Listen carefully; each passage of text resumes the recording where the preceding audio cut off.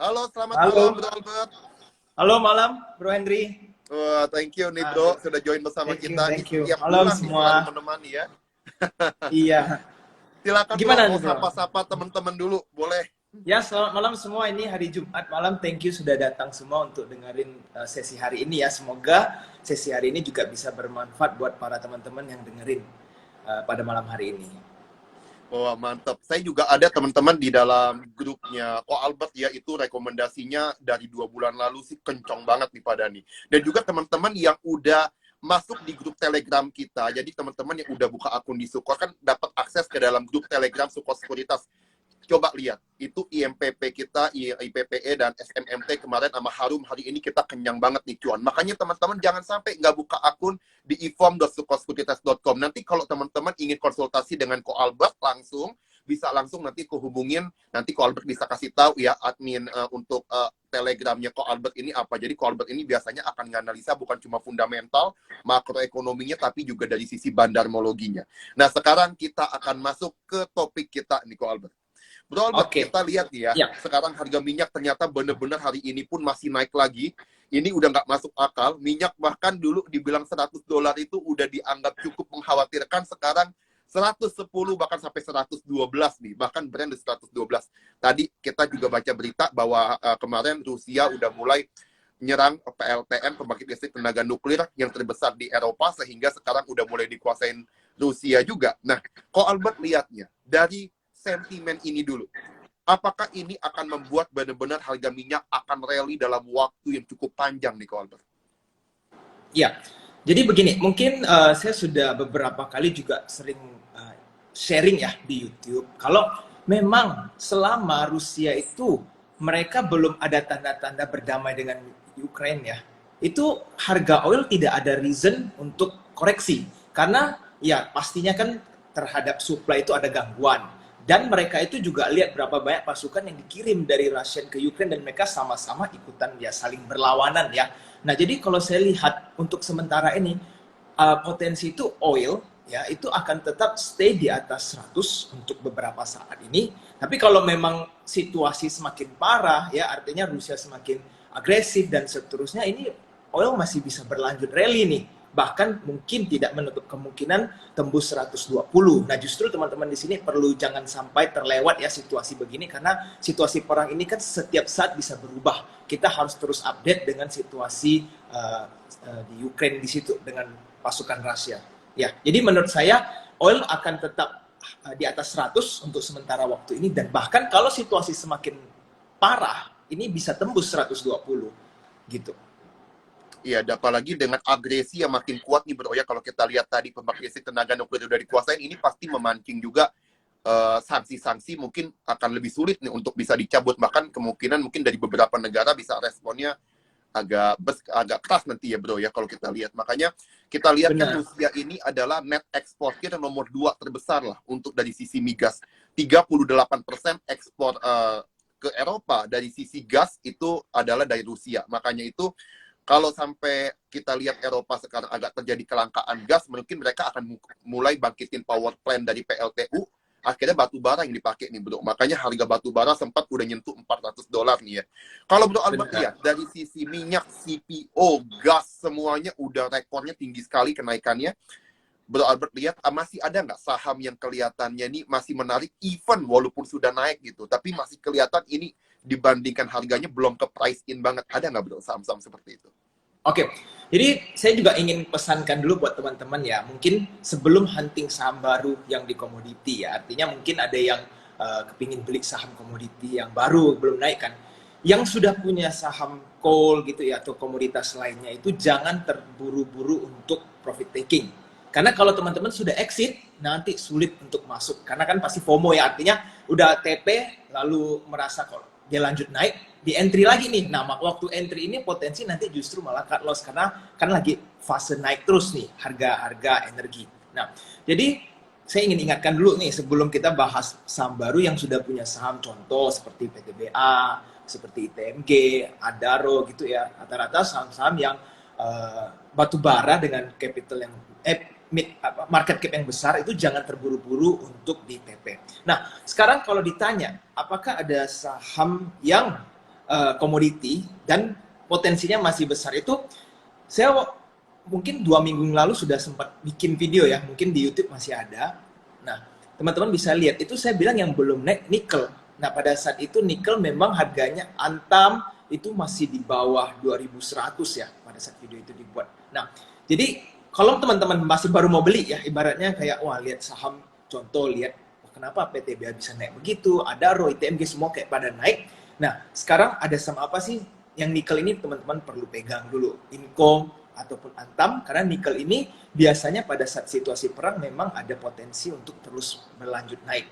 Dan bagusnya nikel ya, itu tidak cuma karena sentimen perang, tetapi karena electric vehicle juga semakin memanas. Jadi kebutuhan nikel memang kedepannya akan semakin banyak. Nah, kita Indonesia ini kan kuat sekali ya dari segi nikel. Memang kita smelter juga sudah makin rame yang bikin ya. Harum juga smelternya udah jadi. Antam nanti mulai kuartal keempat mulai beroperasi smelternya. Inco juga berencana capex ke smelter. Jadi rata-rata semua memang kita arahnya ke sana. Nah, electric vehicle juga kita lihat big player itu mulai berinvestasi ke electric vehicle ya, bahkan perusahaan-perusahaan di Amerika. Jadi di Indonesia kita yang kuat dari sisi komoditi nikel, kita yang bisa pasti mensupport dari baterai. Nah, disitulah teman-teman yang belum punya komoditi, itu nikel menurut saya masih oke, masih potensi untuk entry. Contoh sahamnya seperti apa ya, Antam ataupun Inco. Nah, tapi kalau misalkan untuk CPO, nah CPO ini kalau mau entry menurut saya sudah agak resiko. Jadi sebaiknya daripada teman-teman FOMO lalu beli saham CPO, mending cari ke saham-saham yang lainnya. Gitu Bro Henry. Ya, jadi pertama nikel ya bro ya, dan sekarang apakah masih bisa bro untuk kita entry di nikel, terutama kayak Antam, Inco, Harum, kayaknya udah mulai naik, ini apakah masih bisa kelihatannya kita ambil kesempatan buat masuk nggak nih bro sekarang? Oke, kalau mungkin baru mau masuk ya artinya sama sekali nggak ada posisi. Mungkin yang paling aman di Inco. Kalau saya lihat ya, karena Inco belum rally-nya sepanjang yang lain. Dan laporan keuangan Inco kan juga sudah keluar, labanya naiknya luar biasa sekali. Nah, dengan harga nikel sekarang yang terus lanjut naik ya, pasti Inco diuntungkan. Jadi semester nanti kuartal 1 pas keluar laporan keuangan Inco pasti dahsyat juga. Tapi bukan cuma Inco ya, Antam pasti juga diuntungkan. Nah, cuma Antam kan hari ini rally juga kenceng banget ya, hampir 6% ya, kalau nggak salah. Nah, jadi teman-teman yang mau entry, ya menurut saya kalau nikel terus-terusan naik harganya, untuk short term mungkin masih bisa. Untuk short term ya, karena pertama saya bilang ya demand untuk nikel memang naik dan situasi perang belum selesai. Nah, kalau tiba-tiba perangnya selesai, nah itu harus agak sedikit hati-hati karena kemungkinan akan ada koreksi. Seperti itu. Jadi kalau Inco untuk yang lebih aman, kalau untuk Antam ya wait and see, atau kalau teman-teman memang mau beli mainnya pendek dulu karena harga sekarang average-nya sudah agak tinggi ya kalau baru mau masuk. Baik, jadi tetap agak hati-hati bro ya, apalagi kalau kita lihat kondisi ini kan bisa gampang berubah nih kalau memang tiba-tiba ada kesepakatan damai. Ini sih sampai resolusi 2 tadi beritanya itu belum ada kesepakatan damai sih, belum ada gencatan senjata yang disepakati. Jadi masih panjang lah mungkin perjalanan untuk bisa rally sektor mining ini, komoditas energi ini masih sangat besar lah potensi untuk dia tuh tetap berlanjut di level harga yang sekarang. Bro, kalau kita perhatiin, ini kan banyak nih saham-saham yang udah masuk ke kuartal 2, ini mendekati kuartal 2 tuh musimnya bagi dividen, terutama PTBA, ITMG, dan kawan-kawan yang biasanya gede-gede nih. Apalagi dengan sekarang harga yang sangat besar, UMTR kemarin laporan keuangannya laba naik 70%. Kita bisa lihat lah, ini batu-bara yang lain, apalagi nih yang banyak ekspornya ya, kayak ITMG dan kawan-kawan. Bro Albert, lihat apakah dengan nanti pengumuman dividen yang kemungkinan bisa jauh lebih besar dibanding tahun lalu, ini bisa jadi momentum untuk masuk sekarang nggak nih bro? Oke, jadi saya pribadi yang mau share ke teman-teman di sini, kita kalau di AG Invest justru akan menggunakan news untuk profit taking. Karena kan kita sudah ada banyak banget posisi dari, mungkin Bro Henry juga sudah aware ya, kita dari tahun lalu udah beli contoh kayak ITMG gitu ya, saham-saham batubara, Bayen dan seterusnya. Memang target planning kita adalah exit pada saat dividen mau dibagikan. Kenapa? Karena saya cukup optimis bahwa ada akan trader-trader itu yang mau dividen hunting. Ya contoh seperti waktu itu saham yang dividen jumbo seperti ISAT, ya kan orang kejar tuh dividennya, tapi ada yang nggak ngerti malah HK-nya sehari sebelum dividen dibagikan pada saat ex-date, wah nyangkut. Betul. Nah, jadi nanti pada saat batubara justru saya akan menggunakan kesempatan dividen yang membagikan dividen ini untuk exit strategi, bukan untuk membeli. Karena teman-teman harus sadar, sebelum kita mau masuk saham batubara, coba perhatikan seberapa besar mereka rally ya saham-saham batubara ini. Jadi kita harus hati-hati nih, jangan sampai euforia mau kejar dividennya. Menurut saya sih seperti itu ya. Lihat aja saham BTPA gitu ya, ITMG itu rata-rata naiknya juga sangat luar biasa. Jadi teman-teman kalau mau kejar dividen harus sedikit hati-hati sih dengan harga sekarang ya, gitu. Paling untuk jadi kesempatan profit taking sebelum cum date-nya selesai ya bro ya. Kalau udah Iya, cum date-nya agak riskan. agak bahaya, resikonya Betul. semakin besar. Yes. Setuju bro. Nah sekarang kita akan coba lihat nih bro, pertanyaan dari Con Tupas nih, udah ada yang mulai bertanya. Ini kebetulan ini langsung berhubungan sama sektor yang lagi ditanyain.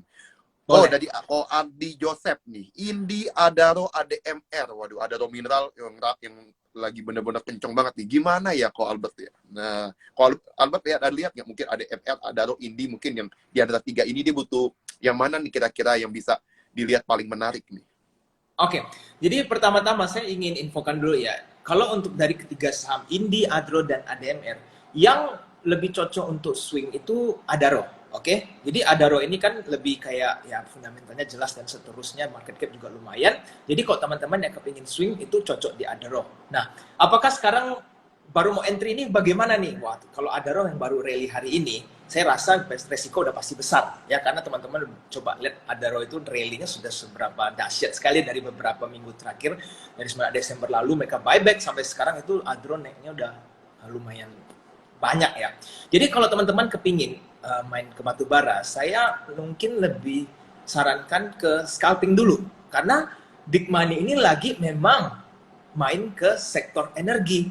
Nah, ini juga berhubungan dengan investor-investor yang melihat keadaan perang ini, kan mereka juga bingung ya mau investasi di mana, mau di Amerika, Amerika ikut campur sama Rusia, mau trade wars dan seterusnya. Jadi mau ikut Eropa juga ya problem dengan NATO. Nah, Indonesia kita ini kan damai-damai saja ya, artinya kita nggak ada urusan perang sama Rusia dan Ukraine, dan kita juga kuat di komoditi. Jadi ini menjadi sebuah pilihan oleh dana asing untuk trading di dalam IHSG. Makanya teman-teman lihat hari ini, lihat berapa triliun itu, 1,5 triliun lebih asing masuk cuma hari ini doang. Nah, dan teman-teman kalau lihat Indi, hari ini asing juga masuk, Indi luar biasa. Jadi teman-teman kalau melihat volatility yang besar di energi begini, yang suka scalping nih, nah bisa main ke ADMR ataupun ke Indi. Jadi kalau mau entry ya silahkan, selama asing ataupun big money masih masuk, kenapa tidak kita ikutin wave ini. Cuma tetap harus hati-hati kalau sudah balik arah, kalau misalkan sudah ada tanda-tanda mau damai, nah itu teman-teman harus exit. Mau itu cut loss atau tidak, jangan pikir kelamaan, karena bisa sangkut nanti kalau mau entry sekarang gitu. Jadi kita harus tetap melihat risk reward ya, jangan cuma kepingin cuannya, tapi pada saat sudah mulai bubar, teman-teman nggak cut loss. Karena saya pesan bahwa kalau sangkut di komoditi, itu nggak ada obat. Karena saham ini kan cyclical, artinya kalau teman-teman beli di puncak, lalu dia sudah mulai downtrend, mau tunggu dia kembali puncak itu nggak tahu kapan lagi. Dan apalagi situasi perang. Jadi teman-teman harus sangat hati-hati kalau sangkut di saham komoditi. Begitu. Betul, apalagi kalau harga komoditas kita lihat di beberapa tahun sebelumnya, ketika harga udah naik kencang, ketika irasional, sekali kondisi membaik tuh jatuhnya dalam banget ya bro ya. Betul, Jadi memang cepat sekali turunnya. Yes. Dan sekali turun tuh udah nggak balik ke level semula, kecuali ada kabar yang buruk kayak begini lagi. Tapi kan kejadian seperti ini tuh jarang banget. Makanya betul, jangan sampai terlalu FOMO juga. Bro, ini ada beberapa pendapat ya bro ya. Indi ini kan masuk ke industri, masuk ke electric vehicle karena dia kerjasama dengan Foxconn dan kawan-kawannya. Ini ada yang mulai bandingin mungkin PBV-nya Indi 1,5 kalau dibandingin sama misalnya kita bandingin sama Harum yang udah 5,5. Ya, terus juga kita bandingin sama beberapa electric vehicle kayak misalnya Antam gitu ya, yang PBV-nya 2,5. Apakah Indi ini secara valuation betul kalau dilihat sama Bro Albert bisa dinilai dari situ ini laggard nih bro? Oke, jadi gini, kalau dari sisi saya menganalisa Indi ya, kenapa saya karena ini kan mereka Indi ini adalah baru mentransisi ya, mereka yang dari fokus batubara tapi lagi ke cleaner energy. Dan sesuatu yang menarik di Indi adalah baru-baru ini mereka kan divestasi, mereka jual ya si PTRO ya, si Indi ini, benar nggak ya? Yang mereka jualan ini kan. Jadi dengan adanya dana baru, mereka mungkin saja bisa gunakan itu untuk dia beli sahamnya dan seterusnya. Tapi kalau saya perhatikan Indi itu gampang untuk dianalisa. Kenapa? Karena yang trading saham ini adalah big money-nya si BK. Jadi kalau teman-teman lihat si BK aja, kalau Indi masih ramai si BK di dalam beli terus saham ini, ya teman-teman ikutin saja. Tapi kalau mereka sudah bubar, coba lihat Indi pada saat BK mulai jualan terus sahamnya juga ikutan amblas kan. Berarti cara menganalisa ini tidak terlalu sulit untuk diikutin. Karena tinggal fokus di asing dengan brokernya si BK ini. Gitu. Jadi Menarik. ya, jadi untuk saya merasa dengan kemarin masuk besar sekali ya ratusan M dan hari ini sendiri juga ini terus masuk, berarti kita bisa mengambil kesimpulan bahwa ada big money yang lagi mencoba untuk masuk ke Indi nih. Nah teman-teman bisa nih scalping di dalam Indi gitu. Mantep ya. Jadi tinggal ikutin bandarmologi dari sisi BK-nya bro ya, tinggal ikutin dan asingnya Yes, juga. betul. Jadi tidak terlalu sulit lah untuk Indi ini. Thank you nih Bro Albert. Jangan lupa teman-teman, ini kayak saya ingetin sekali lagi, teman-teman semua yang udah join malam hari ini, terutama yang udah jadi nasabah Suko Sekuritas, teman-teman jangan lewatin kesempatan untuk nyobain aplikasi Newspot terbaru yang dilengkapi dengan fitur yang sangat membantu teman-teman untuk trading. Nanti banyak sekali sinyal-sinyal yang bisa diberikan di aplikasi terbaru kita. Makanya teman-teman bisa rasakan itu semua jika teman-teman daftar dulu di early bird untuk teman-teman nyobain sebagai orang yang akan mendaftarkan diri. Nanti akan dipilih oleh admin kita untuk bisa dapat 50 orang pertama yang akan ngerasain aplikasi Newspot. Nanti bagi 50 orang pertama ini, kalian bisa ada akses untuk dapat hadiah. Ada 3 hadiah yang sangat besar yang dibagikan oleh Suko Sekuritas. Ada iPhone 13 Pro yang memorinya 256 GB. Ada juga nanti ada MacBook dan juga ada S8 Tab. Jadi teman-teman jangan sampai nggak ikutan untuk buka di bio yang ada di Suko Sekuritas IG-nya. Jadi teman-teman nanti langsung aja ya, abis ini langsung lihat di IG kita. Nah, kita juga akan lihat pertanyaan berikutnya nih Bro Albert ya. Ini pertanyaannya paling banyak di likes nih Bro, sama teman-teman di Cuan Tupas. Dari Keva Hijik. View Bukalapak di tahun ini, apakah ini mungkin maksudnya nanyanya apa karena Goto mau IPO juga, kira-kira kapan bottoming-nya? Pengaruh investasi Buka ke perusahaan lain. Wah, gimana nih bro? Kalau view-nya tentang saham Buka sendiri, apakah masih ada kesempatan panggungnya untuk naik tahun ini? Oke, jadi kayaknya saya sering dapat pertanyaan dari orang Buka. Saya nggak tahu berapa banyak orang yang beli di Buka ya. Cuma saya pribadi melihat saham Buka ini semenjak dia turun dari angka 600 ke bawah, 500 itu udah downtrendnya kuat sekali ya. Kita bisa melihat big money juga banyak yang exit. Dan setelah itu lebih kayak retail mencoba untuk ya push harga. Saya lihatnya lebih ke retail. Nah, saya telah membuat strategi kalau misalkan mau urusan sama Buka, itu sebelum Goto IPO. Jadi kalau teman-teman yang kepingin investasi ataupun trading ya di saham Buka, nanti saya tidak melihat ada alasan yang kuat untuk stay di dalam Buka kalau Goto sudah IPO. Kenapa? Kita bisa lihat Goto itu jauh lebih berpotensi ya dari sisi branding, dari sisi manajemen, dari sisi kejelasan fundamentalnya, performance, dan investornya juga. Jadi kalau misalkan teman-teman mungkin terbawa berita tentang wah investor yang di dalam Buka itu kan banyak dan seterusnya dan mereka berinvestasi di macam-macam. Pernah pertimbangkan tidak kalau nanti di saat yang sama Goto itu investornya juga jauh lebih luar biasa. Mungkin ada big players juga dan mereka akan mengembangkan setnya ke investor ini dan itu. Jadi kelebihan di Buka ini sudah tidak terlihat lagi selain murah, ya kan? Jadi orang kalau ditanya kenapa beli Buka, karena sahamnya sudah longsor. Nanti kalau dia longsor dari 300 ke 100 bagaimana? Nah itu kan kita nggak pernah bisa tahu. Karena yang awalnya dulu orang bisa pilih Buka, sekarang nanti ada Goto IPO, berarti kan opsinya jadi terpecah nih. Ya kan? Orang bisa keluarkan berita bagus Buka, tapi Goto juga lebih jelas gitu ya dari sisi branding dan seterusnya. Nah ini yang menurut saya kalau nanti Goto sudah IPO, saya tidak ada alasan lagi untuk berinvestasi atau trading di saham Buka. Saya mungkin akan lebih fokus ke saham Goto karena mereka kan ya ibaratnya in the same business lah ya, mereka sama-sama dikenal sebagai ya unicorn dan seterusnya. Jadi kalau Goto IPO teman-teman definitely mungkin lebih cenderung ke sana sih dibanding Buka gitu. Oke, jadi jangan dulu ya bro ya, lebih baik Goto. tunggu Goto. Jangan sentuh dulu saham ini sementara. Apalagi Goto sudah mau IPO sebentar lagi ya. Jadi teman-teman mending cari informasi lebih banyak tentang Goto daripada cari informasi tentang Buka. Itu menurut pribadi saya sendiri. Nah, mantap. Jadi teman-teman, buat teman-teman yang memang masih bingung stock pick apa yang menarik, saham apa yang menarik, teman-teman jangan lupa buka akun di ifom.sukosekuritas.com. Kalian akan masuk ke grup Telegram kita. Di situ ada grup Cuan Tupas, nanti setiap pagi akan ada rekomendasi swing trading, dan setiap siang jam 12 siang nanti akan ada rekomendasi untuk scalping di sesi kedua. Jadi teman-teman akan dilengkapi dengan berbagai rekomendasi saham-saham yang sangat menarik. Dan juga di akun fundamental, di Telegram fundamental juga nanti dibahas tentang market insight setiap hari. Jadi teman-teman jangan lupa untuk buka akun segera di ifom.sekuritas.com, dan buat teman-teman yang udah jadi nasabah, langsung ikut early bird untuk merasakan 50 orang mendapatkan akses ke aplikasi Newspot terbaru yang sangat luar biasa. Fiturnya akan sangat banyak yang ditambahkan. Jadi teman-teman bisa nanti join ya bersama dengan kita di ifom.sekuritas.com. Nah, kita lanjut bersama dengan Bro Albert. Bro, ini pertanyaannya luar biasa banyak nih. Pada semangat banget nih kayaknya teman-teman ya. Mantap nih. Oke, silakan kita cari. Kita lihat dari Bapak Apip Satria. Setelah penurunan banyak, nah ini untuk Toba nih ya, baru mulai naik. Apa sudah pantas dilirik? Mantap nih ya. Jadi yang leg-leg dilihatin. Bro Albert lihatnya Toba bagaimana?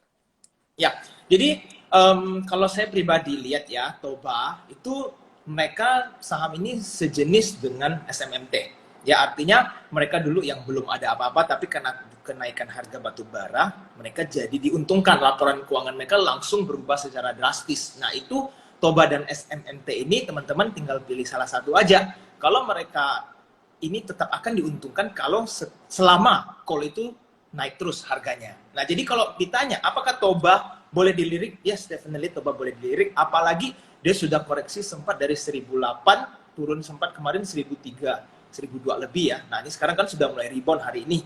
Jadi teman-teman, selama call tidak mendadak amblas, Toba definitely masih bisa menjadi opsi untuk diperhatikan dalam watchlist, teman-teman. Baik, jadi Toba masih bisa dilirik ya bro ya? Ya. Cuma apakah ini saham memang harus disiplin cut loss-nya jauh lebih tinggi nih bro, dibanding mungkin saham-saham kayak ITMG, PTBA, dan kawan-kawan? Iya, jadi saham-saham seperti ini definitely ya, kalau misalkan harga batu bara mendadak nih, contoh dari 350 tapi nanti ada isu apa dia drop langsung ke 200 lebih. Nah, saham-saham yang seperti ini yang sekali drop bisa besar sekali karena mereka nggak cuma lotnya tipis, mereka itu ya banyak orang yang juga trading jangka pendek. Jadi kalau mereka tiba-tiba exit ya pasti sahamnya ikutan amblas kan. Nah, jadi teman-teman kalau mau masuk ke saham-saham seperti SMMT ataupun Toba, nah saham-saham seperti ini tetap wajib ya, jangan sampai lupa itu ada cut loss-nya. Jadi kalau teman-teman sampai sangkut di saham komoditas yang seperti saya bilang itu nggak ada obatnya, itu nggak bisa balik lagi lah ibaratnya, sulit gitu. Jadi ya teman-teman harus hati-hati. Oke, nangkep untuk poinnya. Jadi tetap teman-teman harus hati-hati nih ya, apalagi saham-saham yang udah levelnya second liner, third liner tentu akan lebih riskan lagi bro ya kalau kita perhatikan. Nah ini bro, nah teman-teman buat yang nanya di chat, tolong teman-teman bisa tanya di kolom Q&A teman-teman ya, supaya nanti bisa kita tampilin pertanyaan teman-teman, dan nanti teman-teman yang lain bisa like yang mana pertanyaan yang paling mewakili pertanyaan teman-teman, supaya nanti bisa ditanyakan duluan ke Bro Albert. Jadi teman-teman jangan lupa nih tanyanya di kolom Q&A. Nah sekarang, nah ini pertanyaan tentang sektor minyak nih bro. Ini juga ada di grupnya Bro Albert nih, kalau yang udah masuk di grupnya Bro Albert ya. Sektor oil, ya. Medco dan Elsa. Ini kalau disuruh pilih, apakah masih bisa masuk yang mana nih bro, Medco dan Elsa nih? Kalau baru mau masuk harga sekarang, dua-duanya menurut saya sudah tidak bisa di-entry lagi ya, karena harganya sudah cukup tinggi. Kalau Bro Hendry juga ingat atau teman-teman, Medsi itu udah dipanggil call kan dari di bawah 500 ya. Betul. Dia mendekati 500 lah. Jadi teman-teman kalau baru mau masuk di harga 600 lebih, itu resikonya udah besar sekali.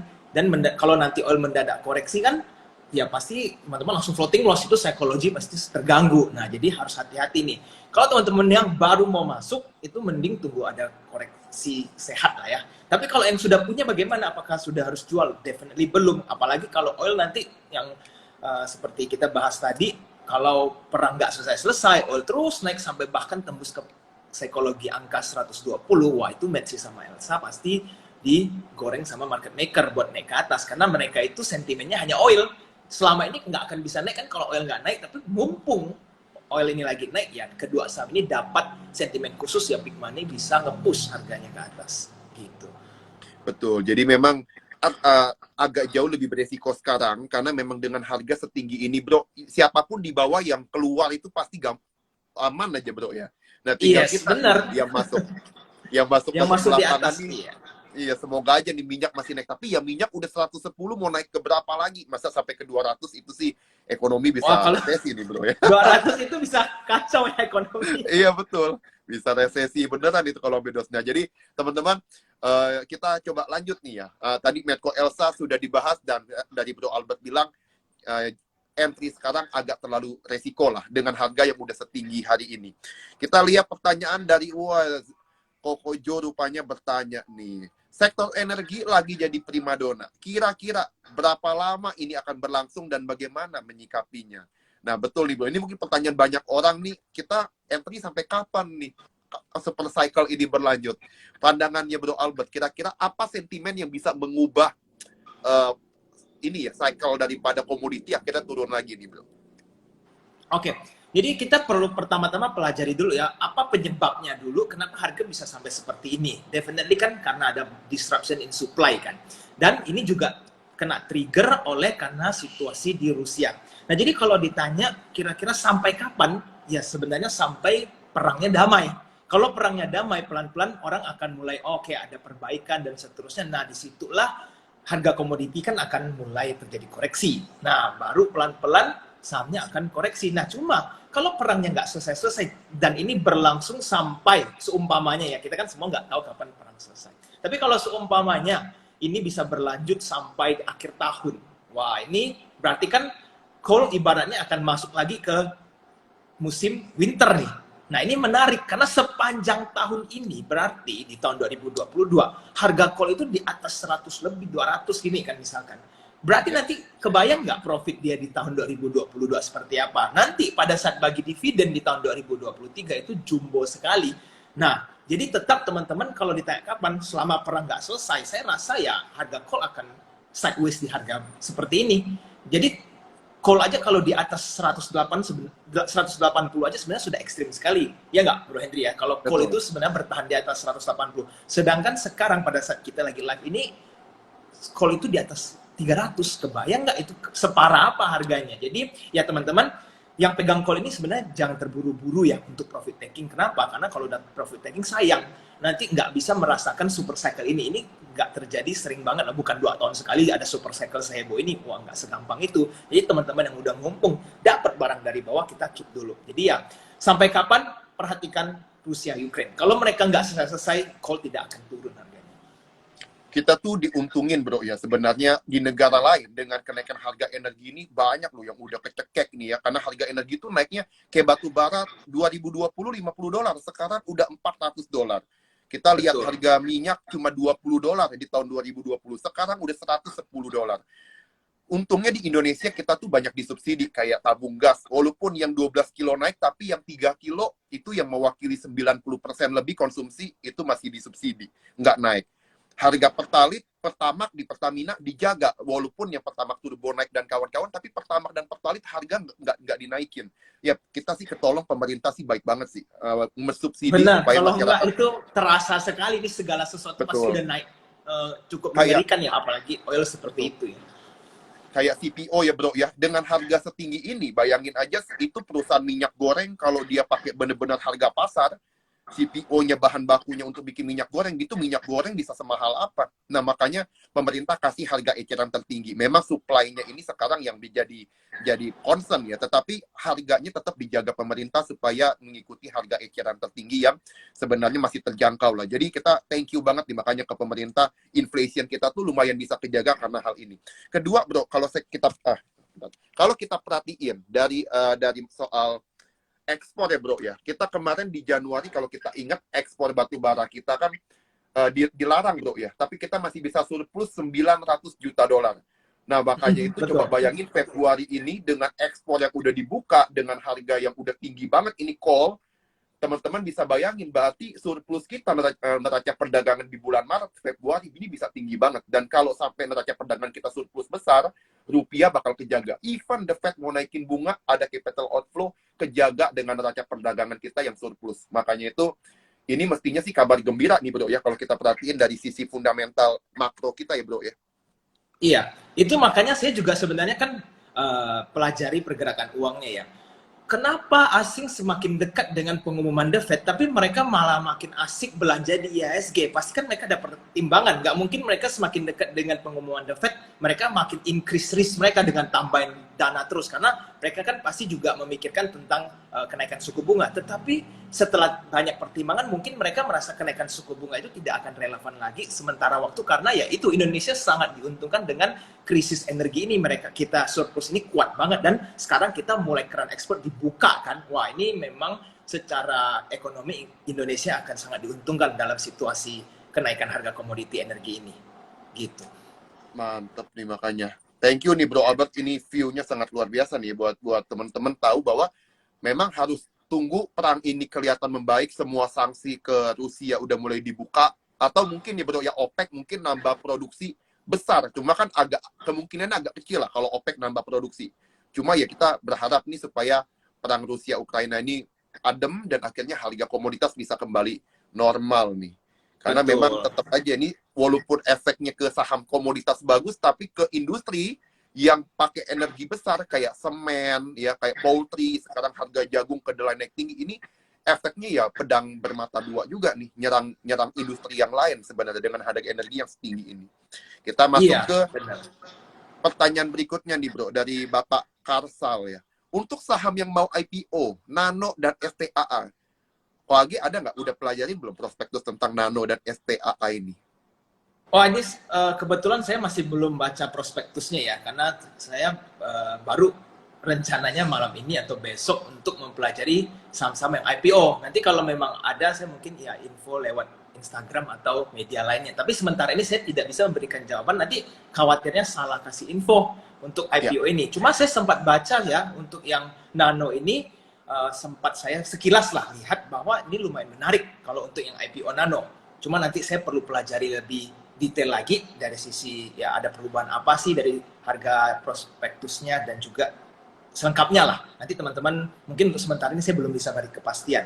Cuma Nano boleh dibaca dan dipelajari untuk yang mau IPO. Ya, jadi teman-teman buat yang mau update infonya, teman-teman bisa nanti follow IG-nya AG Invest atau nonton YouTube-nya AG Invest biasanya hari Minggu ya Bro ya. Ada video baru setiap hari Minggu. Benar. Betul. Jadi teman-teman nanti lihat update dari Ko AG. Biasa banyak kok saham IPO yang dibagikan di YouTube-nya Ko Albert. Jadi teman-teman tinggal ikutin aja media sosial yang Ko AG buat. Nah, kita lanjut ke pertanyaan berikutnya. Nah, ini saham yang disukai nama Ko Albert kayaknya nih ya. Astra kok masih turun terus nih Ko Albert. Waduh, ini saham yang setiap live nih pasti nih ada yang masih komplain nih. Astra kenapa turun terus? Nambah lot boleh nggak nih? Gimana nih Ko Albert? Mau nambah beli? Jadi Astra ya, kan kita bisa pelajari bahwa Astra ini pertama dari sisi fundamental tidak ada problem, dan juga seperti saya bilang, Astra ini juga market cap-nya kan gede dan saham blue chip. Jadi kita harus mengerti dulu nih, kalau mau trading ataupun masuk ke dalam saham blue chip, itu ekspektasinya nggak bisa cepet-cepet cuan.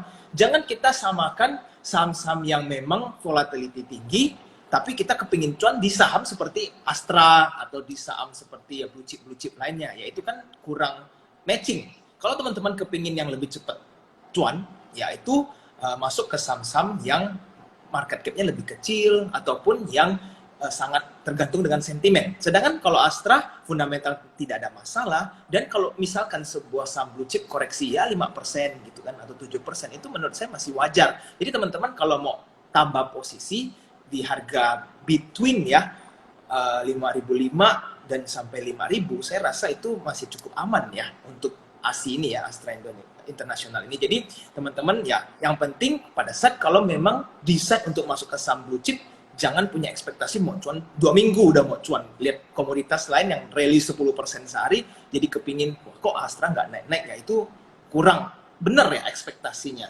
Nah, ekspektasinya kapan nih hold Astra? Untuk checkpoint pertama adalah tunggu GoTo IPO, karena itu akan ada sentimen yang kuat untuk Astra ya.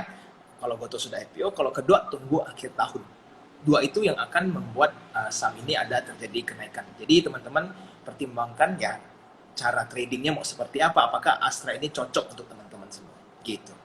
Iya, jadi udah GoTo mau IPO dan Astra adalah salah satu pemegang saham GoTo sekitar 4-5% Bro ya. Jadi kalau GoTo IPO-nya meledak, harganya naik tinggi, tentu ini akan memberi keuntungan besar untuk Astra, teman-teman. Dan Betul juga sekali. kedua, kalau tadi dibilang akhir tahun ya, karena biasanya di akhir tahun tuh ada Gias ya bro ya, pameran mobil terbesar di Indonesia. Nah itu pengaruh juga ke penjualan mobil juga. Dan kita lihat sekarang UMTR, anak perusahaan Astra juga, udah naiknya tinggi banget. Nah, Iya, dan ini juga kan menguntungkan untuk Astra. betul, ini Yes. akan memberi keuntungan ke induknya. Makanya itu teman-teman, Astra sih secara story fundamental sih nggak ada masalah-masalahnya kelihatannya. Ini tetap bagus, cuma tinggal kita sabar apa enggak ya Bro Albert ya. Betul. Yes, benar sekali. Mantap. Nah sekarang Bro, ini pertanyaan sektor ayam-ayaman nih Bro. Ya. Ya. Oh, minta insight sektor consumer seperti Japfa dan ICBP. Nah, ini kira-kira kok Albert lihatnya apakah dua ini menarik nih, Japfa dan ICBP? Oke, kalau untuk ICBP saya kurang tertarik ya, karena sementara ini saya pelajari saham ICBP kurang oke lah dari sisi banyak hal yang saya pertimbangkan. ICBP kurang. Nah, tapi kalau untuk Japfa kan memang cenderung fokus ke poultry juga ya. Jadi kalau teman-teman kepingin untuk trading kan di saham poultry, itu hold periodnya itu sampai Lebaran. Nah, apakah Lebaran pasti akan naik saham-saham poultry? Saya tidak bisa menjamin sama sekali ya. Karena kalau nanti pada saat Lebaran tidak naik, berarti teman-teman sudah harus exit. Jadi, kalau mau belanja saham-saham poultry, apa sih seperti contoh Java, Cepin, Main, WMUU. Nah, saham-saham seperti ini kan memang biasanya menunggu sentimen Lebaran. Karena pada saat menjelang Lebaran, kebutuhan ayam jadi tinggi, jadi kan ada sentimen, jadi penjualannya naik dan seterusnya. Nah, ini bisa mendongkrak saham-saham seperti ini untuk swing pendek. Tapi kalau seumpamanya teman-teman beli ini sekarang, lalu mendekati Lebaran tidak terjadi kenaikan, itu apakah teman-teman tetap hold? Saya rasa di exit saja. Jadi mau itu BEP ya silahkan, atau cuannya tipis sekali tetap exit, jangan disayangkan karena tidak ada sentimen apa-apa lagi nih selain Lebaran untuk saham-saham ayam ini gitu. Baik.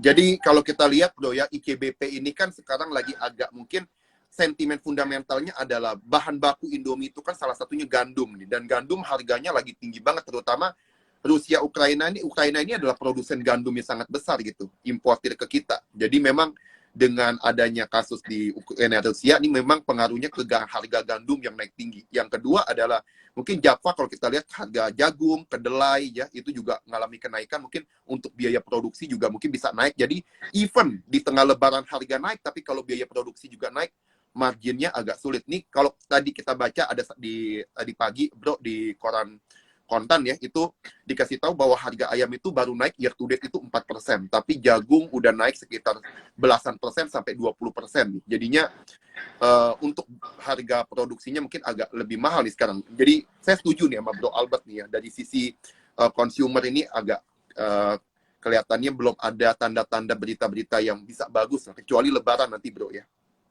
Menarik. Ya, betul. Kita lihat gimana dengan Pegas, bisa hold ya katanya nih. Pertanyaan dari Ibu Regina. Gimana dengan gas nih, Pegas bisa hold agak lamaan nggak ya Ko Albert? Yes, bisa. Nanti teman-teman kalau yang suka dengan Pegas, coba pelajari. Pegas udah mulai nggak masuk ke sektor amonia. Kalau jawabannya teman-teman bilang iya, berarti Pegas ini akan cukup gampang untuk tembus harga 1.007. Kalau mereka udah mulai masuk ke amonia. Jadi teman-teman PR-nya adalah cari tahu Pegas masuk nggak ke sektor amonia. Nah, dan kalau teman-teman juga perhatikan dari sisi fundamental, ya Pegas itu improving terus ya dari tahun kemarin sampai sekarang juga teman-teman bisa melihat harga sahamnya belum rally terlalu panjang. Nah, ini juga memberikan sebuah kesempatan. Kalau ditanya apakah boleh hold, yes, definitely boleh hold, sambil cari tahu apakah Pegas sudah masuk amonia. Kalau iya, mereka punya keuntungan akan jauh lebih besar lagi. Karena coba lihat sektor saham amonia yaitu ESA, lihat sahamnya sudah seperti apa, performance mereka karena kenaikan harga amonia itu mendongkrak revenue mereka tinggi sekali kan. Jadi kalau Pegas masuk ke dalam sektor amonia ini ya akan diuntungkan sekali Pegas. Baik, jadi tinggal lihat apakah ada story amonia ini benar jadi apa enggak Bro ya. Kalau memang jadi ya kita bisa lihat ini sentimen yang menarik buat Pegas. Nah sekarang kita masuk ke pertanyaan dari Bapak Cakes Muko, pandangan saham properti dan semen-semen bagaimana nih Ko Albert? Boleh nih Bro. Oke.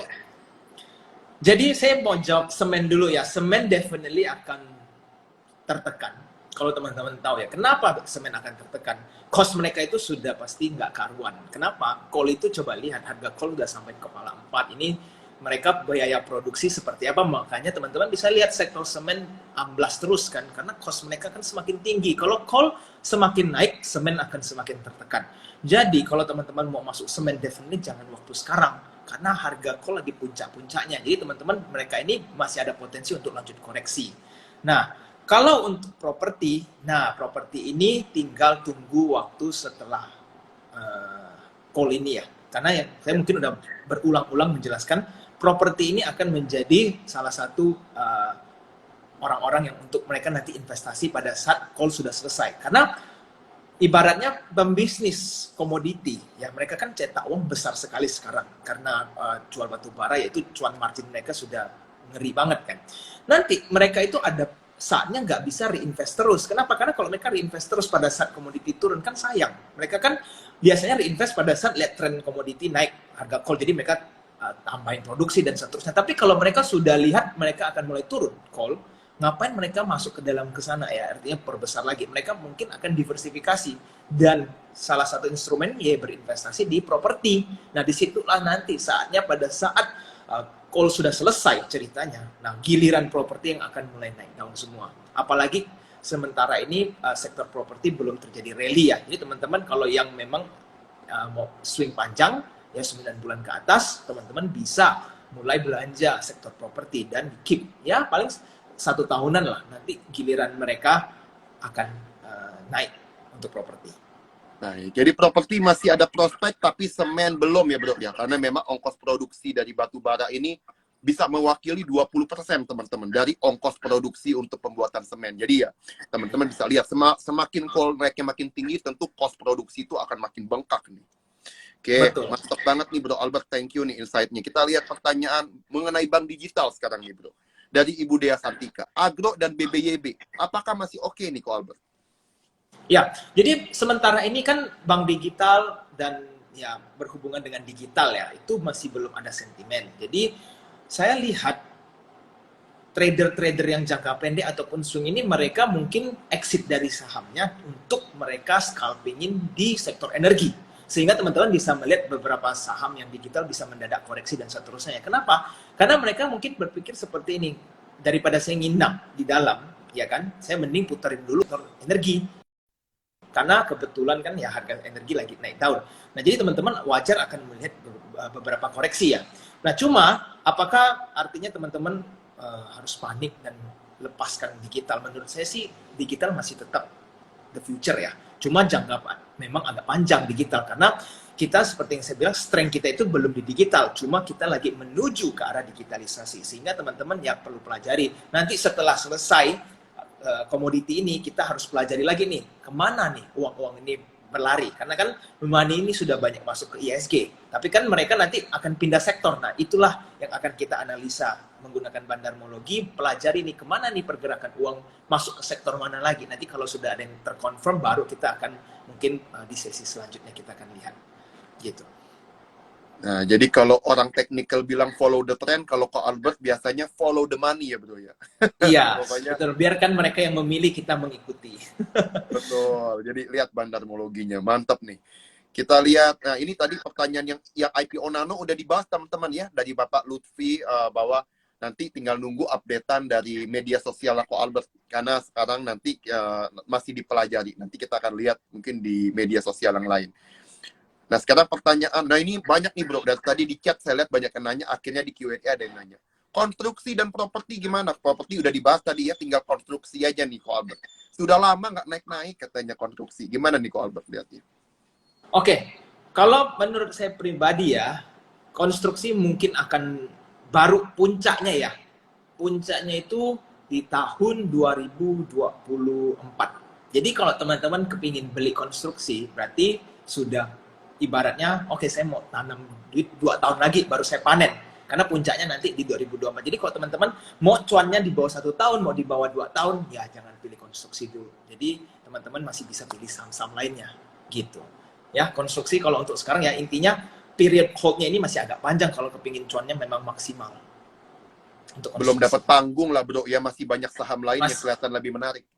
Yes, sektor lain masih banyak banget yang belum tayang, padahal fundamental mereka bagus. Sedangkan kalau konstruksi kan tidak ada justification untuk naikin sahamnya, ya kan? Masih performance juga keteteran dan seterusnya. Jadi money ini masih banyak lah ada kesempatan di sektor-sektor lain dibanding di konstruksi, gitu. Setuju, mantap. Jadinya kita masih menunggu teman-teman. Bukan nggak bisa naik, tapi belum waktunya. Nah itu makanya kita harus lihat bandarmologinya, flow money-nya tuh kemana. Nah itu yang penting. Dan ada kisah apa bro ya buat kita profit taking? Kalau nggak ada kisahnya juga berat sahamnya bisa naik ya bro ya.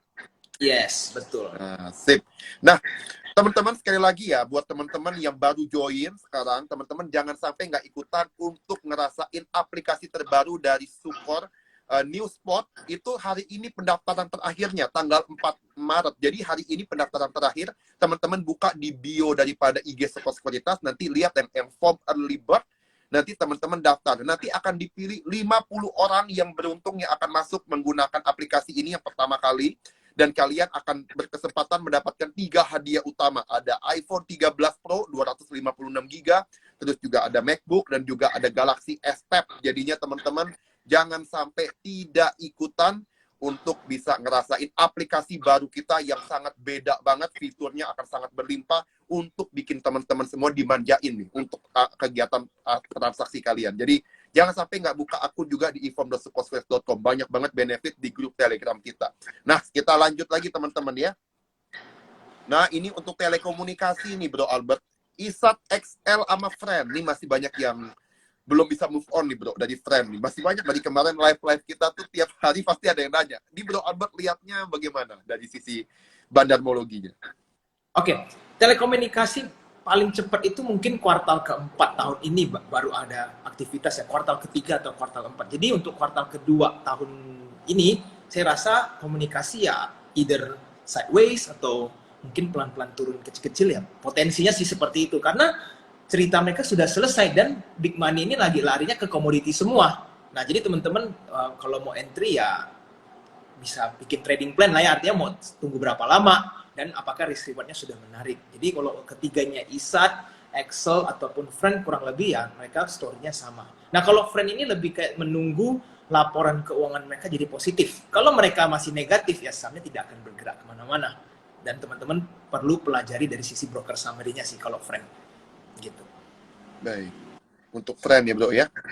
Iya. Kita lanjut sekarang ke Bapak Brian.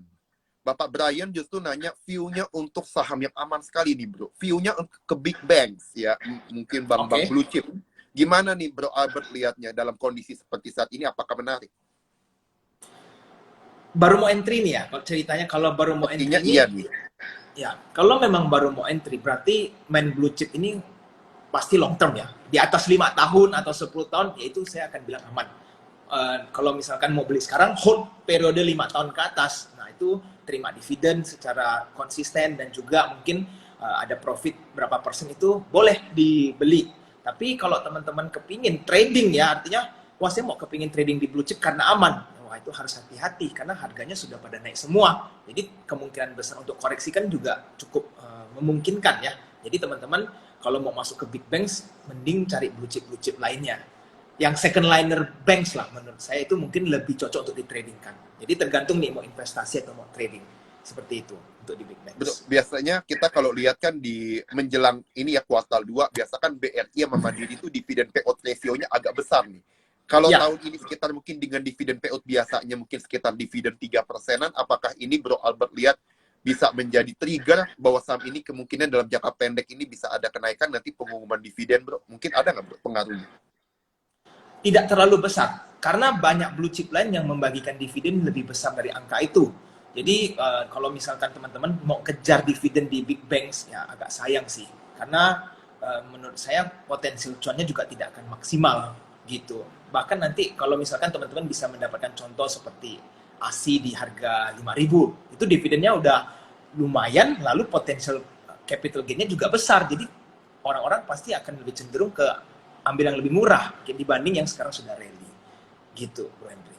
Baik, ya jadi masih ada saham-saham lain yang menarik, jadi jangan kepengaruh sama masalah dividen dari big bank. Dividen hunting ini, ya. yes. Kita lihat sekarang, mungkin dari tadi ini bro, kita bahas batu bara, akhirnya ada yang nanya, bumi kenapa beda amat sih kok? Nah ini pertanyaannya menarik nih. Kenapa Bumi bisa beda banget dibanding call-call yang lain?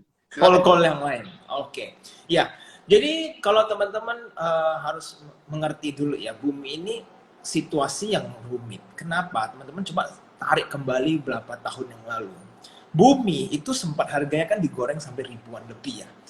Dan saya sangat yakin bahwa investor zaman itu masih ada pegang saham ini sampai sekarang. Jadi ibaratnya at one level itu akan ada tekanan jual yang sangat tinggi. Kenapa? Karena masih banyak orang yang sangkut ya, kita nggak tahu harganya berapa. Nah teman-teman bisa coba tanya teman atau investor yang senior yang udah sempat kejebak di Bumi, itu average price mereka bisa pasti tinggi banget.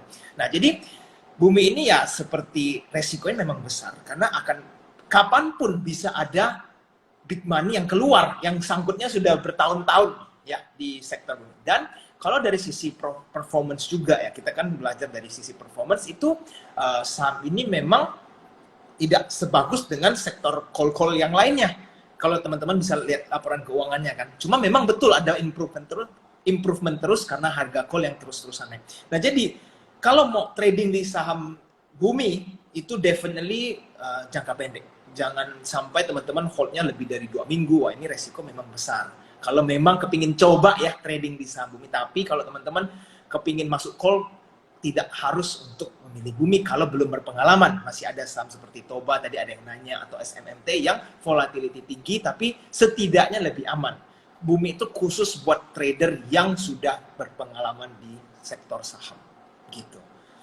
Ya, jadi harus hati-hati nih. Apalagi menjelang harga udah deket ke 50 lagi bro ya. Yes, jadi harus agak hati-hati ya kalau mau trading di saham ini. Mantap nih bro Albert. Ini rupanya tadi ada yang nanya agro BBYB, BGTG nggak mau ketinggalan nih bro. Dari Ibu Ping Yong. Kok view-nya BGTG dong kok katanya. Oke, jadi kalau saya lihat ya saham-saham yang ibaratnya bank mini, ya BGTG kan salah satu bank mini. Ini kita nggak bisa tahu kapan mereka akan dinaikin lagi. Tapi untuk tahun ini masih ada potensi saham bank mini dinaikin 1 kali lagi. Kenapa? Karena mereka kan masih perlu memenuhi suntik modal. Nah inilah story yang mereka akan pakai untuk terakhir kalinya buat dongkrak saham-sahamnya naik. Nah tapi kalau ditanya kapan nih bakal naik, tidak akan ada yang tahu nih kapan mereka. Karena mereka seperti bergilir. Kayak kemarin kan sempat heboh BGTG, ada yang sempat heboh Amar. Tapi akhirnya juga pelan-pelan koreksi terus kan. Nah ini memang karena mereka ini lebih ke short term. Pada saat sentimennya muncul mau injek dana, ya ramai-ramai datang. Mereka scalpingin, sahamnya naik. Setelah itu bubar semua, ya sahamnya amblas semua. Jadi teman-teman kalau mau main di saham-saham bank mini, ini harus sedikit hati-hati ya. Dan holding periodnya ya mungkin sampai akhir tahun kalau yang mau beli gitu. Sampai story-nya selesai. Betul. Jadi tetap harus money management dan disiplinnya harus tetap ketat ya bro ya untuk bank digital. Yes. Karena hanya momen-momen tertentu aja habis naik udah itu ntar ada koreksi lagi. Yes. Lama memang benar. Potential ya, gain-nya itu besar ya. Tidak bisa kita pungkiri bahwa bank mini ini sekali naik kan bisa lebih dari 50%, bahkan 80%, bahkan bisa 100%. Tetapi kalau teman-teman belinya di pucuk ya hati-hati juga, resiko loss-nya juga sangat besar. Gitu. Kita lanjut ya bro ya. Ini pertanyaan BRMS nih bro. Saham yang lagi banyak dibahas. BRMS setelah RUPS ini kok, apakah ada potensi lebih bagus nih kok setelah RUPS? BRMS ya? Ya, jadi gini, BRMS nanti teman-teman perlu pelajari dia punya broker summary lagi ya. Karena 2 hari terakhir sempat ada terjadi distribusi. Jadi teman-teman perlu pelajari. Ini saya belum sempat nih lihat broker summary hari ini. Nanti saya mau kepingin lihat. Kalau memang hari ini distribusi lagi, kemungkinan BRMS ada koreksi dulu. Karena mereka kan rally udah kenceng banget ya. Kemarin udah hampir 200. Jadi ada potensi ya koreksi sehat. Nah nanti setelah selesai, baru kita pelajari lagi nih broker summary-nya. Apakah ada penampungan lagi di saham BRMS ini. Cuma kalau gold memang terus bertahan dan perang nggak selesai, ada kemungkinan BRMS akan bisa kembali rally lagi. Gitu. Mantap. Jadi BRMS teman-teman agak hati-hati dulu karena dari sisi bandarmologinya udah ada distribusi 2 hari dan nanti Colbert akan analisa lagi yang ketiga. Nanti teman-teman kalau ada yang mau nanya-nanya mungkin bisa di kolom YouTube atau di IG-nya AG Invest nanti ya. Siapa tahu Colbert kalau lagi sempat nih bisa bantu juga nih untuk mengamati. Nah, teman-teman, ini Ibu Dian Sumardi bilang dari semua influencer nih cuma Ko Agi yang paling mantep penerawangannya. Nama-nama besar aja suka Thank meledak. you. Thank you banget. Nih, fans beratnya Ko Albert nih, yang mantep nih Ko Albert. Kita lihat pertanyaan berikutnya nih bro ya, untuk sektor CPO nih bro. Dari tadi benar belum ada yang nanya. CPO, LSIP dan SSMS itu gimana nih Ko Albert lihatnya? Oke. Kalau CPO gampang, kalau mau entry definitely no, tapi kalau mau TP juga bisa hold dulu, karena CPO mungkin ya puncak-puncaknya kan sekarang di bulan Maret, bisa saja 1 minggu lagi mereka akan push sekali lagi, lalu teman-teman bisa exit, silahkan. Contoh seperti TAPG, teman-teman kan masih ingat saya bikin video, yang mau masuk CPO ini yang mana, saya bilang cuma sisa TAPG, karena yang lain sudah pada rally, dan TAPG yang memberikan profit paling besar kan. Nah, jadi kalau teman-teman udah pegang nih, kita ya sabar-sabar saja, karena memang puncak-puncaknya sektor CPO ya di bulan Maret ini. Jadi bisa saja minggu depan, bisa saja 2 minggu lagi. Nah, teman-teman tinggal memperhatikan dari sisi broker summary-nya. Kalau mereka belum bubar, teman-teman hold terus. Ya, jadi teman-teman ya sebentar lagi nih kita sudah mesti exit CPO. Kalau memang dari sisi trading plan kita seperti itu. Baik, jadi udah justru orang bilang mau masuk, kita baru udah Ko Albert malah pengen keluar nih. Udah cukup. Iya, sudah baik, banyak sekali, udah naiknya udah banyak banget ya.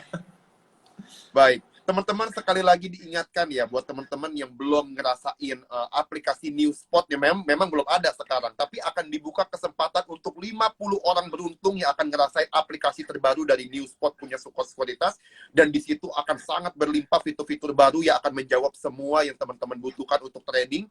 Makanya teman-teman jangan sampai lupa untuk ngerasain aplikasinya dengan buka link bio di IG sekuritas. Nanti ada form early bird, teman-teman daftar. Nanti buat yang 50 orang ini yang pertama ngerasain, kalian akan dapat kesempatan untuk mendapatkan 3 hadiah utama. Ya, ada iPhone 13 Pro, MacBook, dan juga ada Galaxy S Tab 8. Jadi teman-teman jangan sampai nggak ikutan. Hari ini terakhir pendaftarannya, tanggal 4 Maret. Jadi teman-teman semuanya langsung habis live ini langsung buka bio kita. Dan kita juga ada buka akun juga, bisa teman-teman yang belum punya rekening bisa di eform.sekuritas.com. Nanti teman-teman semuanya bisa masuk ke grup Telegram kita. Di situ setiap hari ada rekomendasi-rekomendasi yang sangat menarik buat teman-teman perhatikan, dan view-view-nya seperti apa. Nah, teman-teman, ini sudah jam 8. Mungkin satu pertanyaan lagi Ko Albert ya. Kita tanyakan satu pertanyaan lagi buat Ko Albert. Ini Boleh. pertanyaan berikutnya ini udah ditanyakan, tunggu ya, saya cari yang belum ditanyain nih sahamnya. Nanti teman-teman bisa lihat save-nya ya, ini di save videonya, nanti teman-teman yang saya skip pertanyaannya, nanti teman-teman bisa lihat, itu udah ditanyain tadi di awal-awal. Nah, ini Dharma nih Ko, saham yang menarik. Untuk basic material kayak Dharma, gimana ya Ko Agi lihatnya? Thank you Ko. Oke, Dharma mungkin kalau dari sisi scalping ataupun swing pendek bisa kita perhatikan ya. Cuma untuk mendapatkan profit yang besar dari Dharma dalam waktu dekat ini mungkin belum dulu, karena seperti saya tadi bilang memang big money lagi besar sekali main ke komoditi. Jadi saya pribadi mungkin akan lebih cari saham-saham komoditi yang mungkin tidak diperhatikan orang ataupun masih belum sempat rally, padahal big money sudah mulai belanja. Nah, itu akan lebih memberikan kesempatan cuan gitu dibanding kita ke sektor lain. Nanti pada saat komoditi ini mulai ada tanda-tanda downtrend, nah teman-teman bisa nih mulai belanja saham-saham yang di luar sektor komoditi. Dan tapi Dharma definitely is layak sih untuk dijadikan watchlist atau diperhatikan.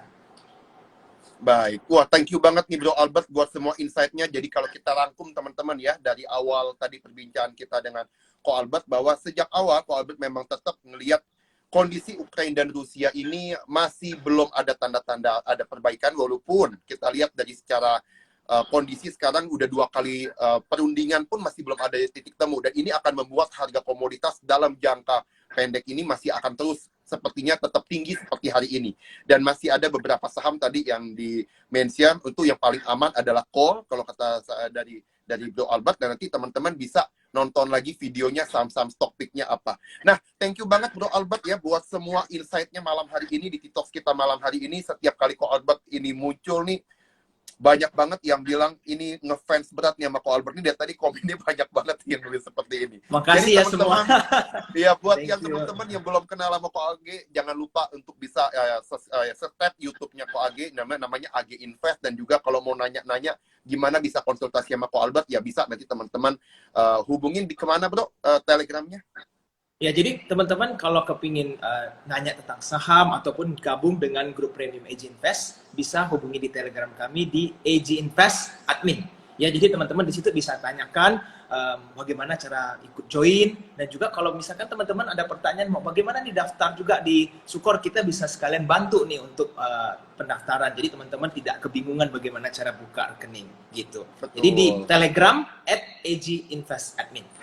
Nah, makanya teman-teman yang belum punya akun langsung aja tanya di grup adminnya AG Invest gimana cara buka rekening di Sukor Sekuritas. Nanti Ko Albert bisa bantu dan juga nanti bisa konseling langsung bersama dengan Ko Albert di grup AG Invest. Nah, teman-teman itu saja ya semua perbincangan kita pada malam hari ini. Semoga membantu teman-teman untuk trading plan di minggu depan dan tetap cuan semuanya, dan semoga teman-teman sehat selalu dan sampai ketemu lagi di Titos kita berikutnya. Thank you Ko Albert ya buat waktunya. Thank you ya Bro Henry, thank you semua teman-teman sudah Sama-sama. join hari ini. Thank you.